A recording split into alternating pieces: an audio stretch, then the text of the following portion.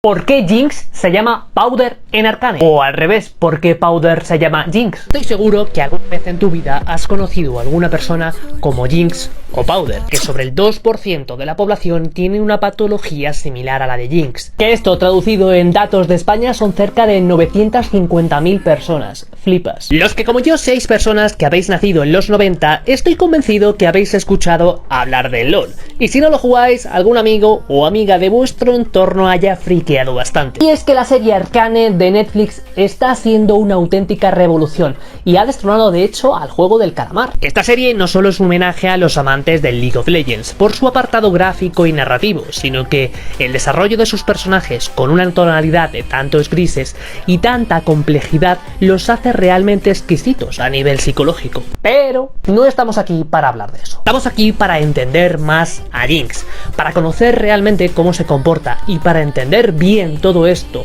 tenemos que ir como siempre a entender su historia. Y evidentemente vamos a ir al inicio de todo, al momento o momentos donde se estructura y se cimienta la armatoste de su personalidad, a su infancia. Las primeras escenas que tenemos de la vida de Powder son escenas trágicas, en un ambiente de guerra, en la que la niña presencia la muerte de sus padres. Escenas muy crudas de una guerra. Estos momentos de tensión generan recuerdos de terror y una tensión constante que ella revive cada vez que se siente en peligro, llegando en varios momentos a paralizarse, como cuando en el capítulo primero es perseguida por un ladrón o no se atreve a saltar del balcón. De hecho, esto de la parálisis es bastante frecuente, luego te cuento, porque todo esto nos va a permitir hablar del estrés postraumático. Recuerda que el TEPT, o trastorno de estrés postraumático, suele desarrollarse cuando las personas viven o presencian escenas de un miedo o estrés muy intenso que no pueden afrontar debidamente. No es mucho suponer que el hecho de que una niña presenciara todo este terror pudo afectar gravemente a su desarrollo psicológico y estabilidad emocional. También puede causarte un tipo de estrés similar, la muerte de un ser querido, una separación, una ruptura sentimental, abusos sexuales, un ambiente muy conflictivo o una decisión muy difícil que has tenido que tomar recientemente. Aquí es importante separar el término trastorno de estrés postraumático de un momento o situación traumática, aunque la última te puede llevar a la primera. Estamos viendo, tanto Vi como Powder cumplen con uno o más de los factores de riesgo para desarrollar el TEPT. Vemos de hecho como Vi, por su forma de ser y también evidentemente por su edad, lo manifiesta de una forma muy distinta. Que por cierto, si quieres un análisis de Vi, déjamelo en los comentarios. El ambiente hostil o de guerra, la pobreza, las pérdidas de familiares y el abandono son algunos de los factores que están presentes. Y este último es muy importante, porque a ver, ¿qué necesitamos todos, sin excepción? Evidentemente necesitamos cariño, atención por parte de las personas que nos tienen que cuidar. Como hemos visto en esta serie, Vi cumple como figura afectiva para Powder, pero no lo cumple de una forma que sería lo más sano, ya que ella misma ha sufrido los mismos eventos traumáticos y no deja de ser un adolescente que tiene que lidiar con su dolor, su desarrollo y encima con la crianza de su hermana. ¿Qué nos está aportando todo esto realmente? No es nada raro una situación así. Por ejemplo, una persona que se haya tenido que hacer cargo del cuidado de un familiar como consecuencia de una separación, de una muerte, de un evento traumático, y que esa persona por su situación personal no puede asimilar esa carga, y todo eso le genera mucho más malestar que no es capaz de gestionar. Incluso el personaje de Vander también podría cumplir como figura afectiva para las dos niñas. Las personas que como Powder han sufrido experiencias similares pueden desarrollar y desarrollan un miedo muy intenso al abandono, ya que, en cierto modo, las experiencias traumáticas de pérdidas han ido ligadas a dicho miedo.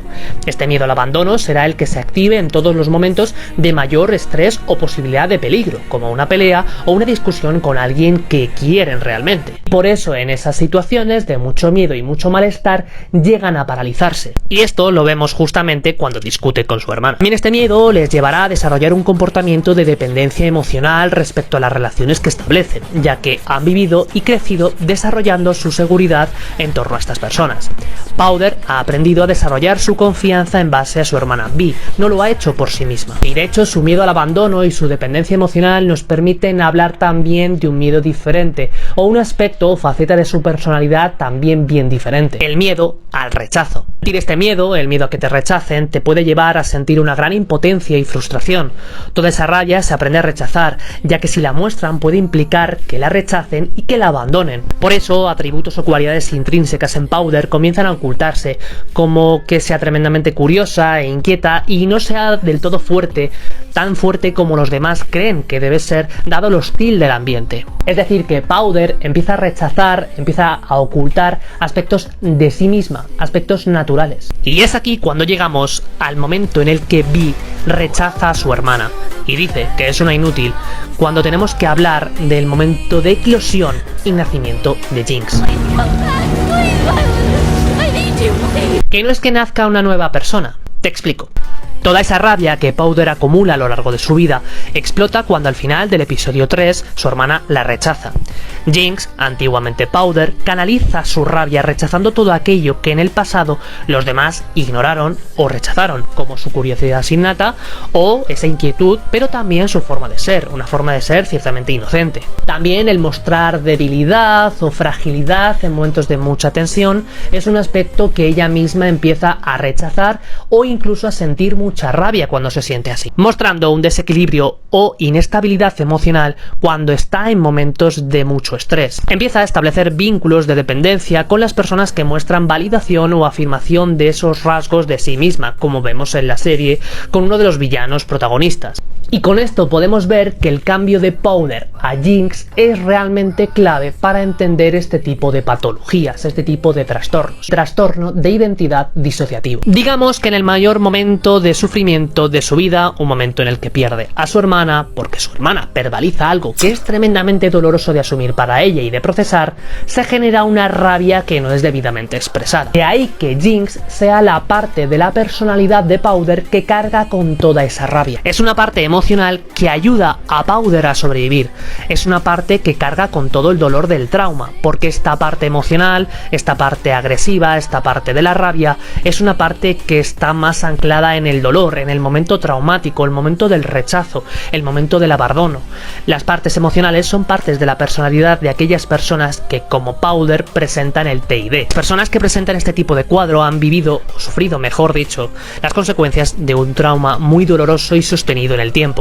Presentan un ambiente con mucho caos, numerosas pérdidas relacionales y una fragmentación de su personalidad a consecuencia de dichos traumas. Y desde aquí quiero mandar un mensaje para la no estigmatización. Las personas con TID no son personas que tengan un trastorno que, para empezar, sea peligroso, que vayan a delinquir o que puedan hacerte daño. Para nada, son personas que tienen un tipo de patología, como muchas otras, de la que no se sabe mucho o no se habla mucho y por lo tanto hay mucho estigma y que necesitan muchísima comprensión, cariño y cuidados. Y por supuesto, terapia. Desde aquí quiero mandaros un mensaje, por supuesto, para la no autodiagnosticación. Vamos, que no os autodiagnostiquéis. Que por el hecho de sentiros identificados con este personaje en concreto no significa que tengáis TID. Es más, si tuvierais alguna duda o algún tipo de duda, lo mejor que podéis hacer es ponernos en contacto si queréis conmigo o con cualquier profesional para consultarles estas dudas y salir de vuestra inquietud. Pero como os decía, el personaje de Powder, de Jinx, me ha parecido un personaje espectacular con el que se puede aprender mucha psicología. Y hasta aquí el vídeo de hoy. Espero que este análisis os haya gustado. Me encantaría, por supuesto, leer vuestros comentarios, vuestras sugerencias, qué os está pareciendo la serie Arcane, qué os está pareciendo estos personajes